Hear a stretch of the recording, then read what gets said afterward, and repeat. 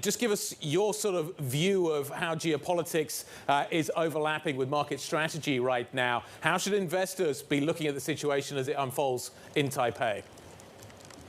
Sure. Well, thank you very much for having me. Look, it does add to the volatility that we're seeing in the markets at the moment. As you know, especially in the FX markets and the bond markets, the volatility is very high. Of course, this is just one thing that the market didn't need at the moment, investors didn't need at the moment, because the market, when it's paced with multiple factors of uncertainty, it does see volatility go higher, and it doesn't change our strategy at all. We are going defensive. We are not buying into the rally that we've been seeing in the past few weeks, and it doesn't change the strategy at all from our point of view. Well, we're continuing to get headlines related to China's reaction out of the Xinhua news agency. China's PLA, People Liberation Army, saying it will conduct military drills on August 4th through 7th. So, of course, that's beginning 2 days from now on Thursday. Obviously, geopolitical risk is incredibly hard to hedge, Lale, but how do you hedge further deterioration in the relationship between the world's two largest economies? If we're talking further separation and all of the implications that follow with that, is that something you more tangibly can do? Look, I think from China's point of view, they're in a tough spot, as you know, from economic point of view. Their consumer demand is very weak.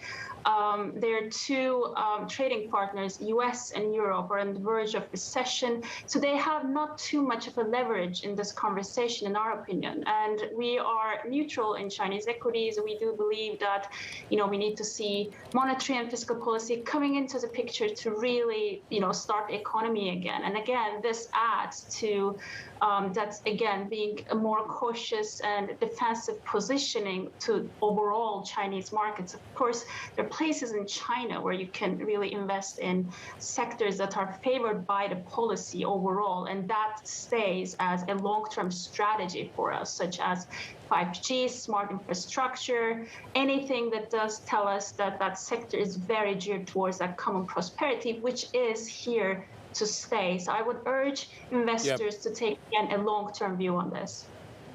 Well, okay, let's just talk about what we've learned from what has happened in Ukraine.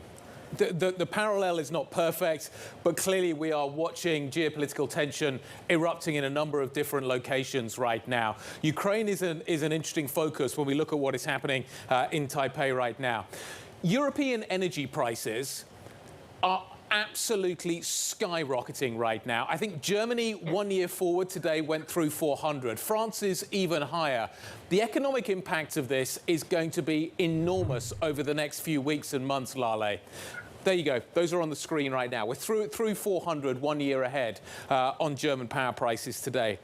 Should we be thinking about what is happening here in Europe and thinking about the impact that we could see potentially in Asia, the impact that we could see potentially on global trade?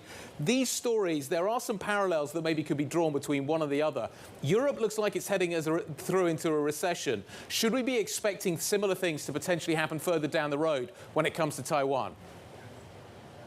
Look, I think the one similarity here is that what it would mean for inflation overall. If this situation does lead to a renewal of supply side pressures, that is, of course, going to make the Fed's and the ECB's job even harder to bring those inflation pressures down. But for Europe, I do agree. The market is really looking forward in terms of understanding that Germany especially, but also France, Italy, they are going to come under pressure because of those high regional gas prices. And we can see that in the euro, in bond market as well. Euro especially has further downside in our opinion. And again, the whole thing does tell us that whether it's Ukraine-related pressures or China, Taiwan-related pressures does tell us that, it's going to make the Fed's, the ECB's, and the Bank of England's job much harder in the future. Well, talking of how hard their job is, obviously what they want to do is get those inflationary pressures down, yet at the same time they're confronted with growth that already is starting to deteriorate. There's a narrative now in the market that they're not going to be able to go as far, that eventually the data is going to be weak to the extent that it causes them to pause or maybe even start cutting before previously expected. Lale, what do you buy in that narrative? Do you buy it? I think for Europe especially, it's tough. I think they were smart in the sense that they hiked by 50 basis points right now during summer when those gas prices are not hitting income that much.